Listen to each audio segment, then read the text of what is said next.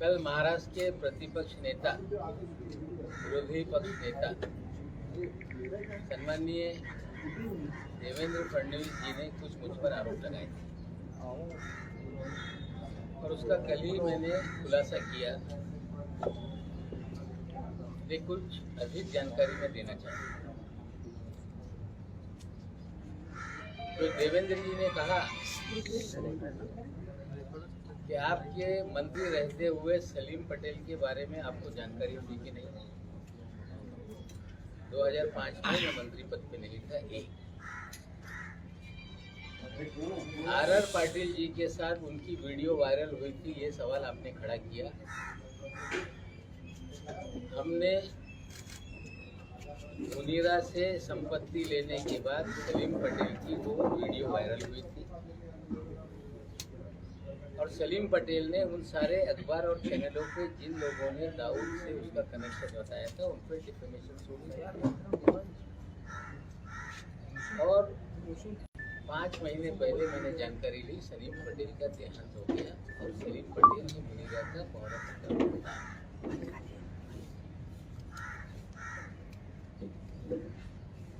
सरदार वली खान के बारे में उन्होंने कहा कि सजा याफ्ता मुजरिम से आपने कोई लेन देन किया है। 2005 में वो कन्विक्टेड नहीं था। जो वॉचमैन वहाँ पे था उनका लड़का था। 300 मीटर पे 7/12 पे उसने अपना नाम चढ़ा लिया था रेक्टिफिकेशन करने के लिए कोई कागज, वो हमने उनको पैसा दिया था। ये सच्चाई है। लेकिन देवेंद्र जी ने हमें जो लड़ाई में लड़ रहा था या लड़ रहा हूँ, जो एनसीपी में निर्दोष लोगों को फंसाने का, हजारों करोड़ की उगाही करने का, कहीं ना कहीं देवेंद्र जी उसको डाइवर्ट करने का प्रयास कर रहे हैं। और सिर्फ डाइवर्ट करने का नहीं, उस अधिकारी को बचाने का प्रयास हो रहा है, क्योंकि देवेंद्र जी के उस अधिकारी के पुराने संबंध हैं। 2008 में कोई अधिकारी नौकरी पे आता है और 14 साल से मुंबई शहर छोड़ता नहीं। इसके पीछे क्या है? देवेंद्र जी औरों को कह रहे हैं कि अंडरवर्ल्ड कलेक्शन के लोग हैं ये, लेकिन देवेंद्र जी हम आपसे पूछना चाहते हैं कि सारे अंडरवर्ल्ड के लोग, जो अंडरवर्ल्ड कनेक्टेड लोग हैं, जो बड़े बड़े क्रिमिनल हैं, आपने मुख्यमंत्री रहते हुए उन्हें सभी लोगों को जो सरकारी कमीशन है, सरकारी बोर्ड है, उसका अध्यक्ष क्यों बनाया? मुन्ना यादव नाम का एक व्यक्ति जो नागपुर का कुख्यात गुंडा है, जिसपे हत्या से लेके सभी तरह के मामले दर्ज हैं, जो आपका राजनीतिक सारे भय पैदा करने वाला आपका साथी है, उस मुन्ना यादव को आपने कंस्ट्रक्शन वर्कर बोर्ड का अध्यक्ष बनाया था कि नहीं? क्या आपकी गंगा में मुन्ना यादव नहा के पवित्र हो गया था? आपने हैदर आजम नाम के एक आपके नेता को मौलाना आजाद फाइनेंस कॉर्पोरेशन का अध्यक्ष बनाया था कि नहीं?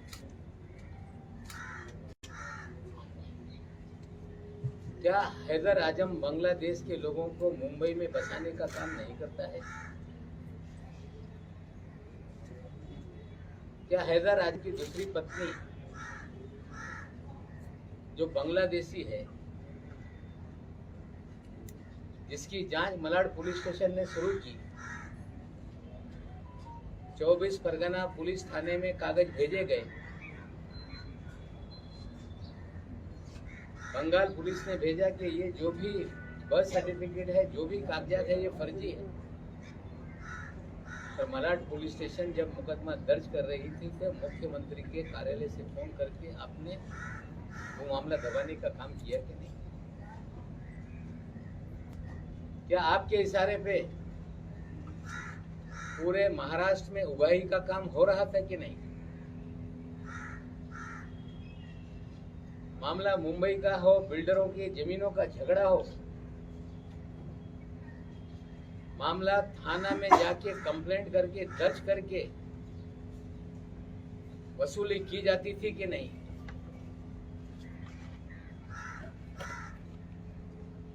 जमीन मालिकों को पकड़ के लाते थे और सारी जमीनें अपने नाम पे लिखा ली जाती थी, ये सच है कि नहीं? क्या आपके कार्यकाल में विदेश से लोगों को फोन आते थे, कुख्यात गुंडे फोन करते थे और पुलिस वाले मामला सेटल कर देते थे कि नहीं? लेकिन सबसे गंभीर आरोप मैं लगा रहा हूं देवेंद्र जी आप पे कि जब 8 नवंबर 2016 को नोटबंदी हुई, मोदी जी ने कहा कि नोटबंदी इसलिए किया जा रहा है, आतंकवाद खत्म होगा, काला धन खत्म होगा। और एक बात मोदी जी ने कही थी कि बड़े पैमाने पे जाली नोट है, उसे खत्म करने के लिए हम नोटबंदी का काम कर रहे हैं। जब नोटबंदी हो गई पूरे देश में जाली नोट, चाहे पंजाब हो, 2000 के 500 के जाली नोट पकड़े जाने लगे, मध्य प्रदेश में जाली नोट पकड़े जाने लगे, तमिलनाडु में जाली नोट पकड़े जाने लगे। लेकिन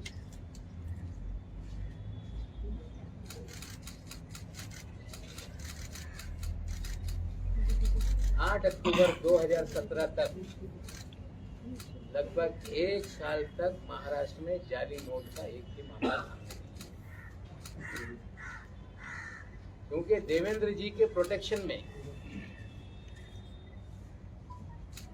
जाली नोट का खेल इस महाराष्ट्र में चल रहा था। 8 अक्टूबर 2017 को डायरेक्टर इंटेलिजेंस रेवेन्यू ने बीकेसी में एक छापेमारी की, जिसमें 14 करोड़ 56 लाख रुपए के जाली नोट पकड़े गए।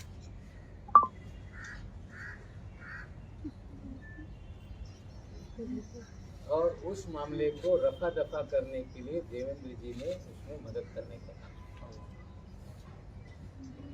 किया। 56 लाख रुपए कहाँ पर हुई छापेमारी? बीकेसी में। सिर्फ डेट क्या बोला था? 8 अक्टूबर 2017। साथियों, जाली नोट का nexus ISI Pakistan, Dawood via Bangladesh,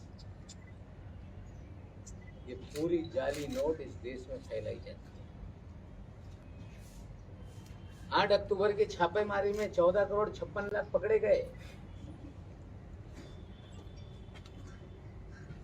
Mumbai में एक गिरफ्तारी हुई,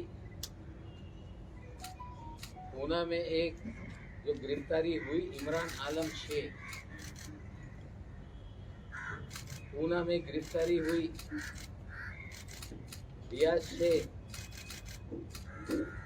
और एक नई मुंबई में भी उसमें गिरफ्तारी हुई थी। लेकिन 14 करोड़ की 56 लाख की जब्ती को 8,80,000 रुपये बताकर मामला दबाया गया।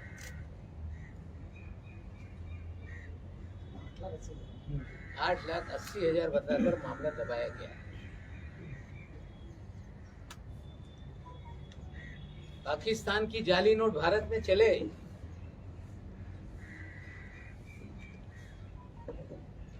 मामला दर्ज हो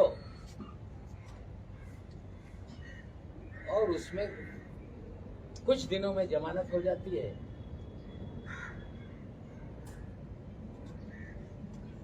मामला एनआईए को नहीं दिया जाता,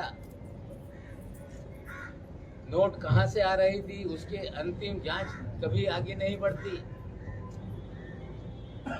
क्योंकि जो लोग ये सब जाली नोट का रैकेट चला रहे थे उन्हें कहीं ना कहीं तत्कालीन सरकार का संरक्षण था। कहानी बनाई गई कि वो तो कांग्रेस का नेता है। इस शहर में कभी भी वो कांग्रेस का नेता नहीं रहा। खेल था कि पकड़ा जाए तो कांग्रेस पे बिल फाड़ दो।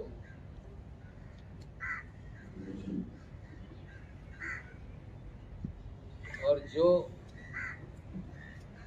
आलम शेख था, इमरान आलम शेख, ये माइनॉरिटी कमीशन 6 महीने के बाद जिसको हाजी अरफात शेख को चेयरमैन बनाया गया, उसका ये छोटा भाई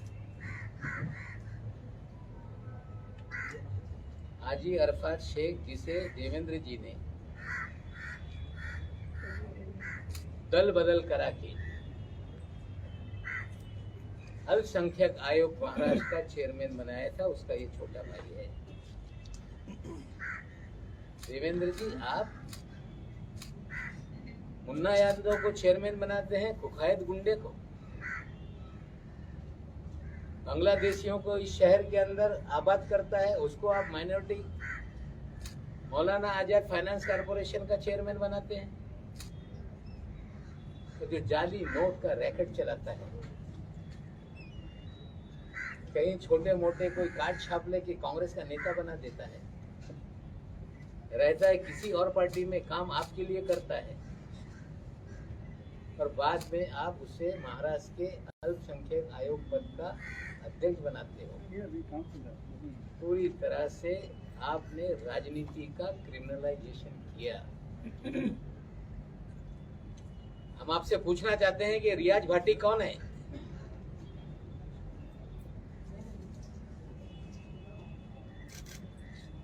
उनतीस अक्टूबर को सहार एयरपोर्ट पे जाली पासपोर्ट के साथ पकड़ा गया, जिसके ऊपर दाऊद इब्राहिम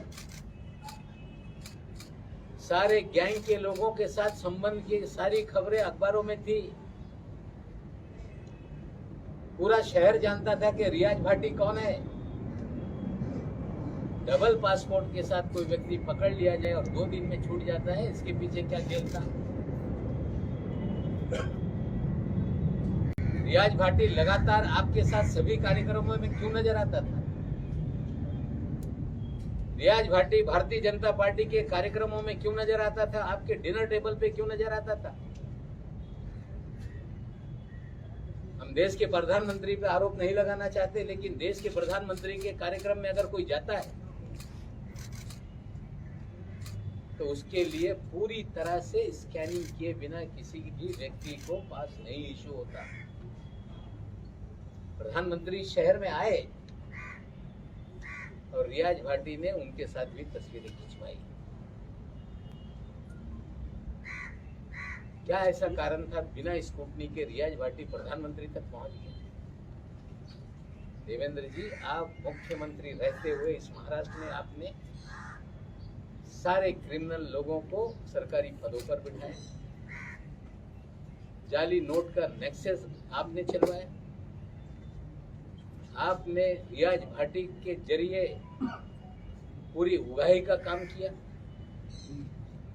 आपने थाना में कमिश्नर बैठा के कंप्लेंट पूरे महाराष्ट्र की करा के उगाही का धंधा करवाया, और विदेश से कुख्यात गुंडे फोन करके सेटलमेंट पुलिस वाले करते थे। और ये सारा खेल आपके आशीर्वाद से महाराष्ट्र में चल रहा था। आज तो इतना बता रहा हूँ, आगे और बहुत सारी काली करतूतें देवेंद्र जी की है, मैं लोगों को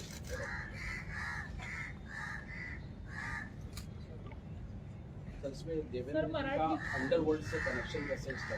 रियाज भाटी उनके साथ क्यों घूमता है? 2 पासपोर्ट के साथ अगर कोई अंडरवर्ल्ड का आरोपी एयरपोर्ट पे डिटेन हो जाए तो 2 दिन में कैसे छूट जाता है? प्रधानमंत्री के कार्यक्रम में वीआईपी के पास कैसे बन जाते हैं?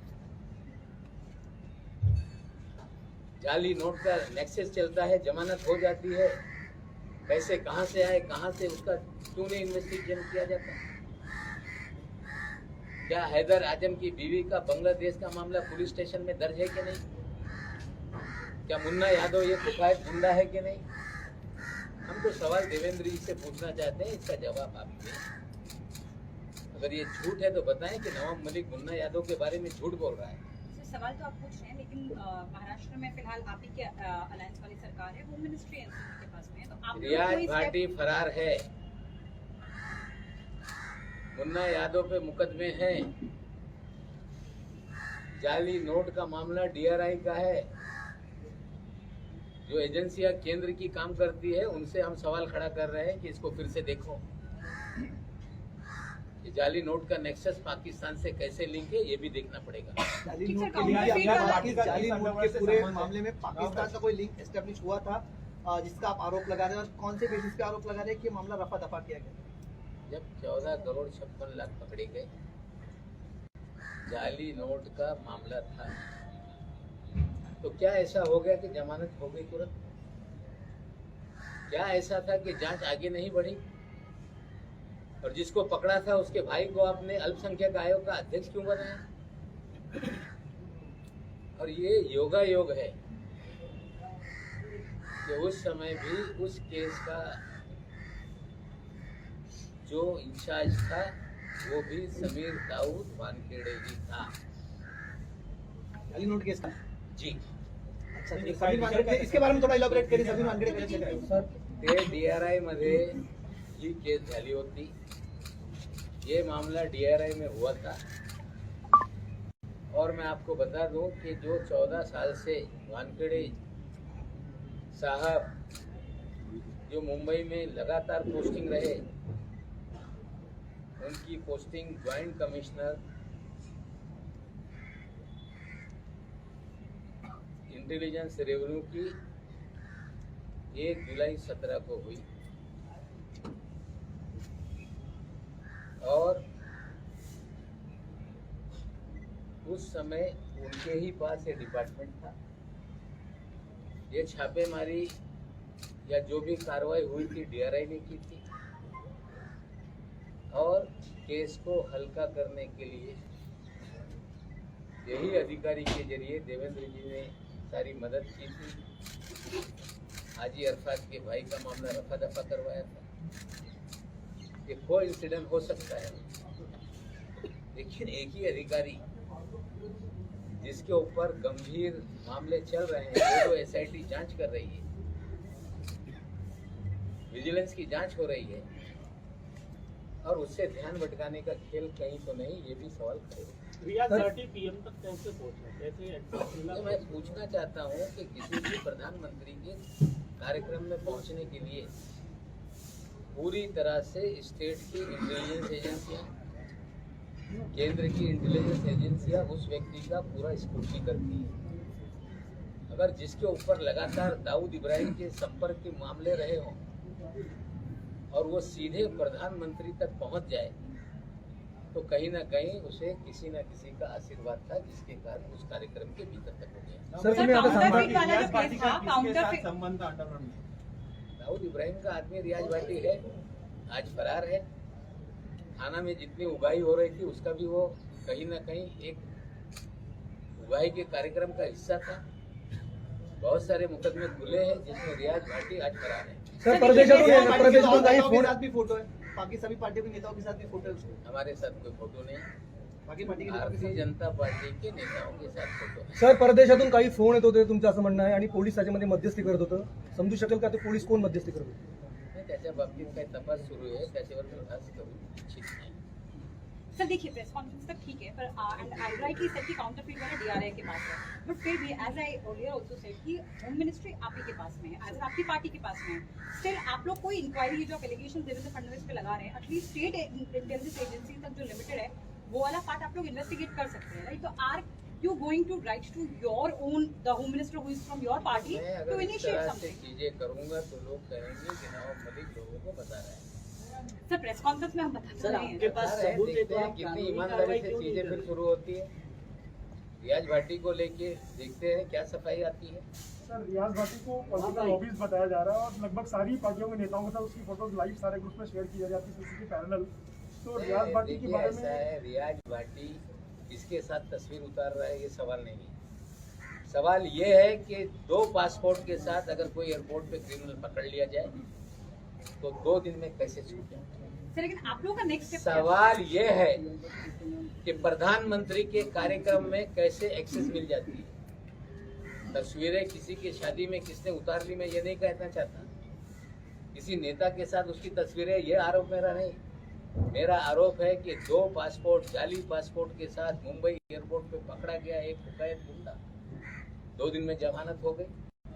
जमानत अदालत से हुई होगी। एक कुख्यात गुंडा जिसके ऊपर लगातार आरोप थे, प्रधानमंत्री के कार्यक्रम के भीतर जो वीआईपी का पूरा अरेंजमेंट था उसमें कैसे पहुंचा, पूरी तरह से देवेंद्र जी का संरक्षण उसको था।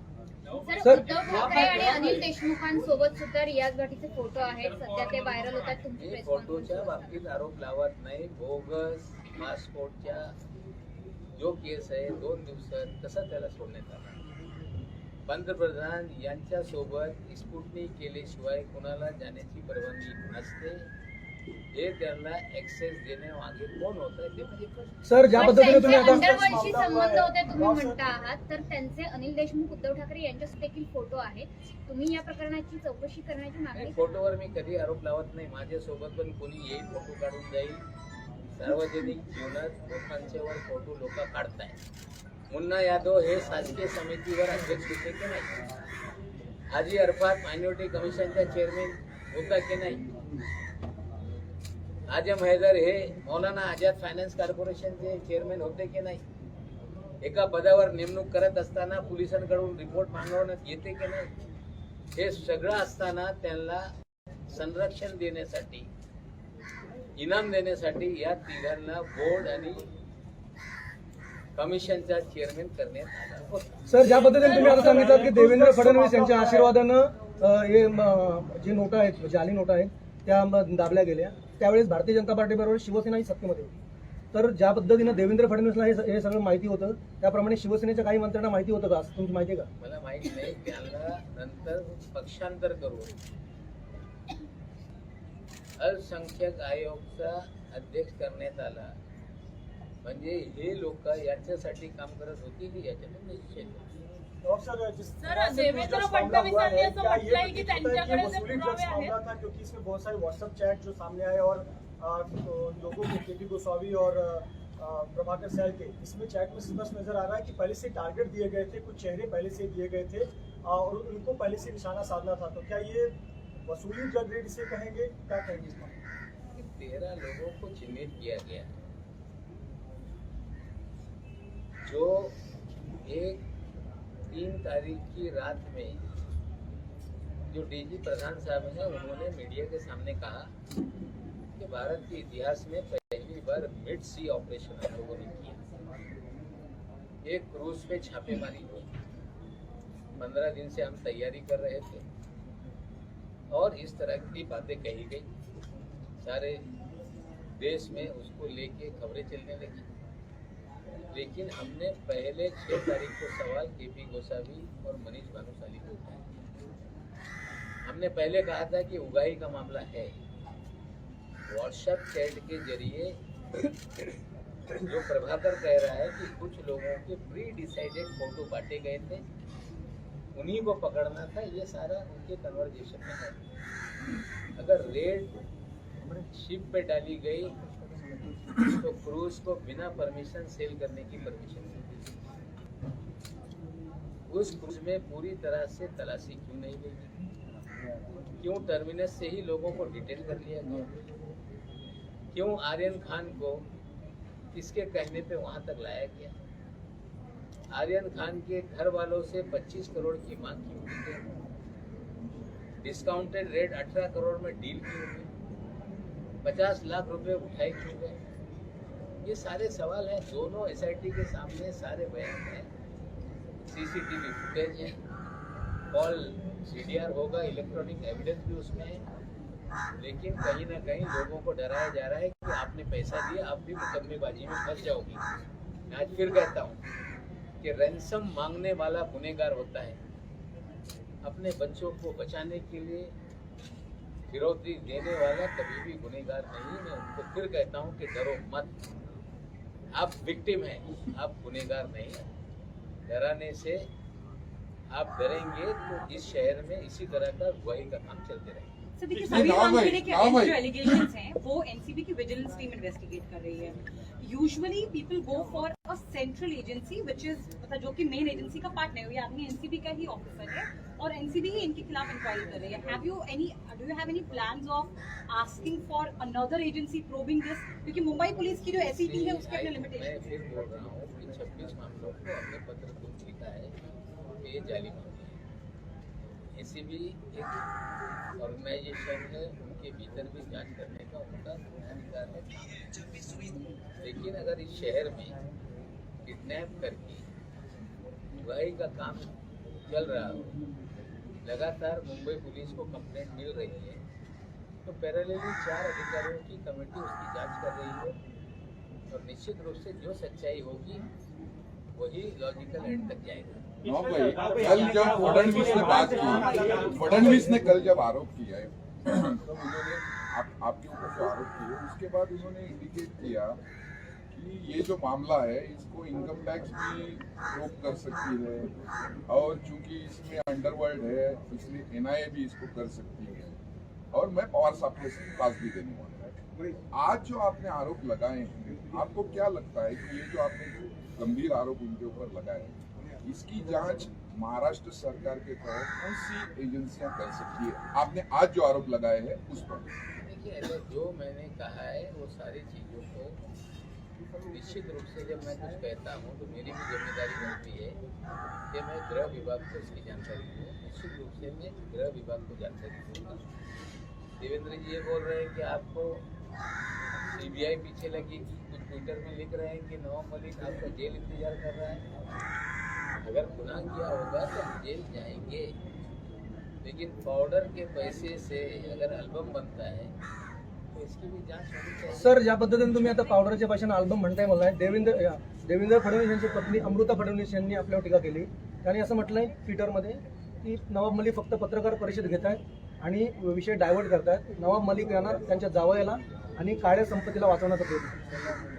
शोर मचाय शोर, यांच्या काळ्या संपत्ती काढायची जे वेळ आली ते पण आज उद्या काढू। वर्लीमध्ये 200 कोटी रुपयाचे फ्लॅट कोणाच्या नावाने आहे ते सध्या जे बेनामी संपत्ति हिंदी में बताइए सर, जो कहा है अमृता फडणवीस। देखिए, ऐसा है, मैं महिलाओं के बारे में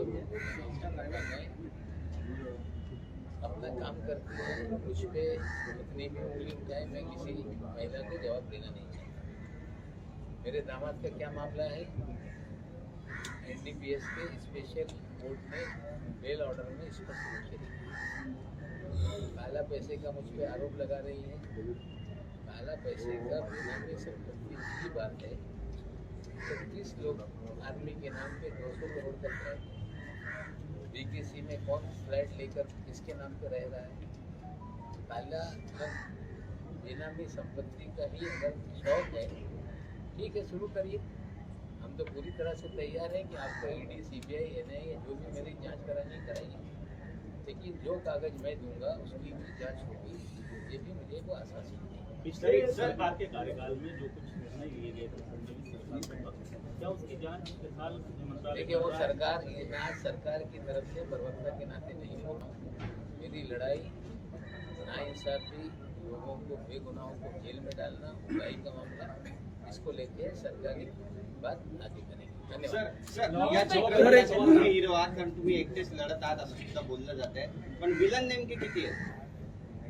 विलन तर आता चंडाल चौकडी आहे, ते चंडाल चौकडीच्या विरोधात मी लढतो। सर, हाईकोर्ट में जो मानहानि का केस है, कहा सर कि पास से उगाही के लिए फोन आते थे, थाने में उगाही होती थी, किसका फोन आता था? देखिए, अभी आज कुछ जांच चल रही है।